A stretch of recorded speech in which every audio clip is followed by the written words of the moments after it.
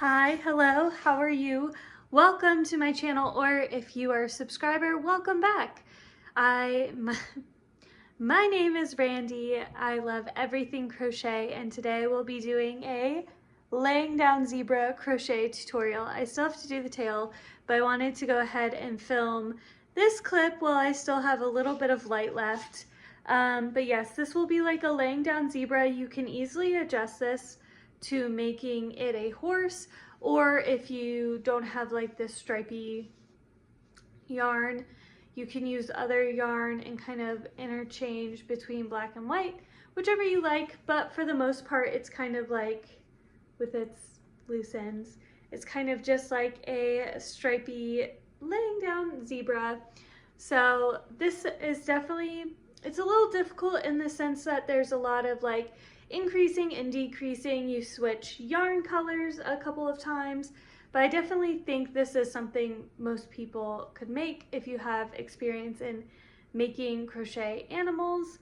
And yeah, so I think this is more of the generalized crochet plush, which I've been trying to make a little bit more of. And yeah, before I just like ramble on about nothing, let's go ahead and get started. All right, to start with our zebra, we need some yarn. Now I found this yarn actually at Ollie's. If you didn't know and you have one, they do occasionally have this brand of yarn for like a third of the price. So definitely check out there. But I thought this would be potentially a really great yarn for a zebra. We'll see how it turns out, but I thought it'd be fun to try. And we also are going to need black. We'll need some other tools like safety eyes, if that's what you prefer to use. You'll need stuffing, you'll need a yarn needle.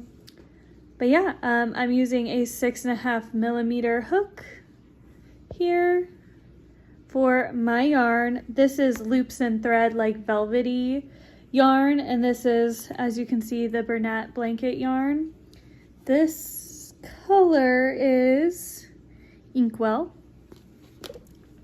So we will start with the black. For the muzzle, I really like to start with the head when I am crocheting stuff, because I think it just gives you a really good, like, or at least me personally, it gives me a really good vision of what I'm making, what I want to make, so on and so forth. So we'll need to start with our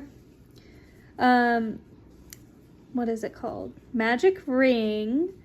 I generally do 4 stitches and then connect the last piece to the starting piece and create a circle. Then you're going to put stitches into the center. So you want to find your center hole and go into that and put your single crochet stitches.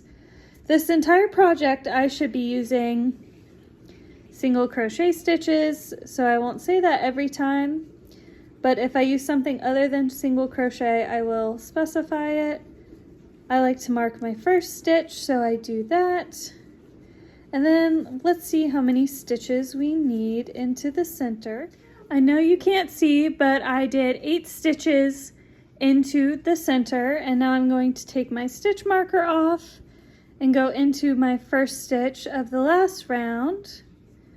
Once I can get in there, and I'm going to do a single stitch into the first stitch, mark it, and then I'm going to go back into that same stitch and put a second one, and I'm going to do that all the way around. So I'm going to put 2 stitches into every stitch. That is a term I will use throughout this video when we're increasing our rounds. And so when I say 2 stitches into one, I mean go into the stitch, put a single stitch, then go back into that same one and do it again. And so for this round, you should have a total of 16 stitches. For the next round, we're going to go into our first stitch, mark our first stitch, and then go into the next stitch, and then do a single stitch into the next one. And then we'll do 2 into 1,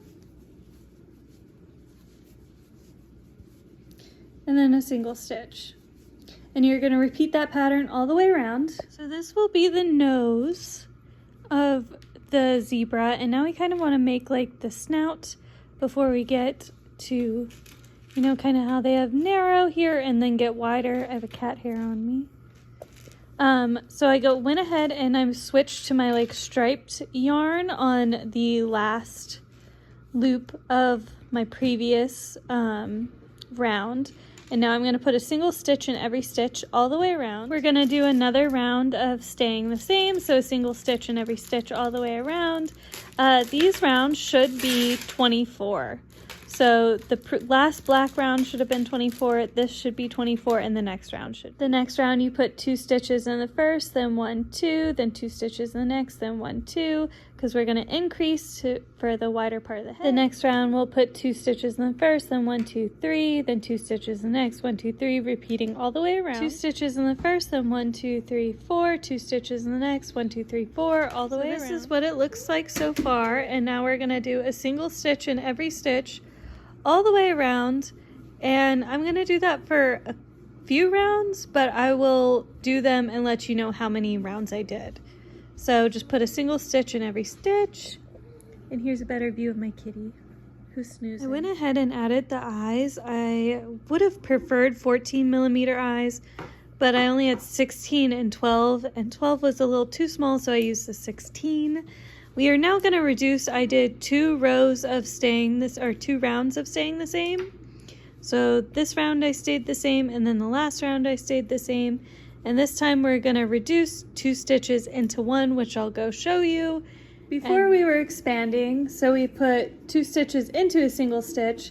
Now we're going to do the opposite of reducing, because I'm making it all one piece other than the legs and the ears and the tail. But the body and head and neck are all going to be one piece. So we'll need to expand and reduce and then stay the same off and on. So to reduce and make 2 stitches a single stitch, we're going to weave through our first stitch, weave through the second stitch, so you have 3 loops on, then pull through, and then that's what we'll do. And then for this round we're going to do 1, 2, 3, and then we're going to weave through the first one, then the second one to reduce 2 into 1, and then 1, 2, 3. Then we're going to repeat that pattern all the way around. For the next round we're going to reduce 2 stitches into 1, then 1, 2, 2 stitches into 1, then 1, 2, all the way around. So the ears will go about here when we get to that point, but for now we're at the neck. So we're just going to do a single stitch in every stitch all the way around, and I will do a few rounds of that. Once again, kind of like the head, I will count how many rounds I do and I'll come back letting you know, but we'll just do a single stitch in every one all the way around. So I did 3 rounds for the neck, and I think that's good. I definitely think you could add another one if that is your preference, but that is how many I would like to do. And then we're going to go back to expanding. Like I said, this is going to be a lot of expanding, reducing, staying the same, expanding, staying the same, reducing, so on and so forth. So we're going to put 2 stitches in the first, then 1, 2, then 2 stitches in the next, then 1, 2, all the way around. After that round, put 2 stitches in the first, then 1, 2, 3, 2 stitches in the next, 1, 2, 3, repeating all the way around. For the next round, we're going to put 2 stitches in the first, then 1, 2, 3, 4, 2 stitches in the next, 1, 2, 3, 4, repeating all the way around. Now after that, we're going to put a single stitch in every stitch all the way around for several rounds, because we're going to do the body. I'm doing it where the zebra is kind of laying down, so we'll probably have quite a bit of body, and then we'll be ending it. So just a single stitch in every stitch. Put a single stitch in every stitch all the way around, and we'll do that for several rounds. I will let you know how many, because we are doing the body now. I did 10 rounds of staying the same, a single stitch in every stitch all the way around, and now we are going to reduce. After the 10 rounds of staying the same, we're now going to reduce. So we're gonna put 2 stitches into 1, then 1, 2, 3, 4, 2 stitches into 1, 1, 2, 3, 4, all the way around. For the next round, we'll reduce 2 stitches into 1, then 1, 2, 3, 2 stitches in 1, 1, 2, 3, all the way around. I'm gonna do one more round of reducing before I stuff.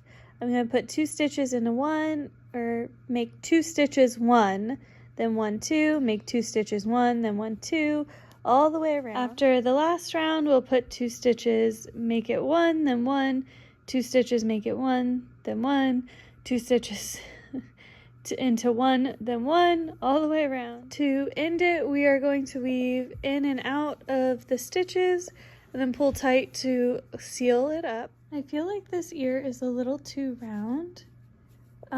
So if you want to do it slightly different, you are more than welcome to, but this is how I did my ear. I did a starting chain of 4, and then I only did 6 stitches around. So it still has kind of like the opening here. And then I'm gonna crochet it onto it. Like I said, it looks a little too round still, but that's okay. This is like the best I could come up with where it kind of has that fold. I think if you wanna do this pattern with a horse, you would definitely wanna do a different ear because they definitely have taller ones. So do zebras, and I feel like you could turn your work and go back and up a little bit, you know, so keep going around, turn your work, go up higher, then only go part way down, then turn around, then part way, if that makes sense. But yeah, this is what I'm going with. The mane, I did a starting chain of 4. I then did 9 rows of 3, so 3 stitches per row for 9 rows, and I'm gonna stitch it across the top for the mane. For a zebra, we'll leave it up like a mohawk, but if you're doing a horse, you can also do this if you prefer to do like the individual like yarn where it's loose. You are more than welcome to do that. But if you want to do more like this style, I recommend doing like one longer piece for the front of the mane and then doing a separate longer piece that is also like mane, but kind of where it can split over the ear a little bit. So you have kind of like bangs and then mane. And make it longer than this, but kind of the same generalized idea, and then kind of stitch it down. So yes, but if you're doing a zebra, you can just leave it up, like I said, like a mohawk. For the legs, we'll do a starting chain of 10 with the black yarn. And you'll do a row of 9, and at the end of the 9th stitch, you'll switch to your other yarn. Then you'll do 8 rows of 9 with your other color. You'll want to leave longer tails so you can weave it together, because I'm going to fold it in half and create a leg to attach onto the side of our zebra, or if you're making a horse, your horse. For the tail, we'll do a starting chain of 6. For the black part of the tail, I did 4 stitches. I'm gonna connect through to this first one from the back and pull through, and then stitch it onto the end so you kind of have like a thicker piece. Turned on my flash so you can kind of see. I did 4 stitches, went into the first stitch, pulled through, so you kind of have like a magic ring type, and then you're gonna sew it to the end, so you kind of have it like wider and a little bit different shape than the rest of the tail to give it a little bit of character slash just like different. Once you assemble everything, including the tail, you are done. He looks a little piggish, which is pretty cute. But yeah, he was pretty easy. I made him just like after I got off work over the past couple days. I like his little mohawk. I like his little face. But yeah, that is our zebra slash if you do not have this yarn or do not want to like switch back and forth between black and white, you could easily adjust this slightly with like the ears and the mane and the tail into a horse. So yeah, I hope you guys enjoyed this video, and I hope you guys have a great rest of your day. Bye!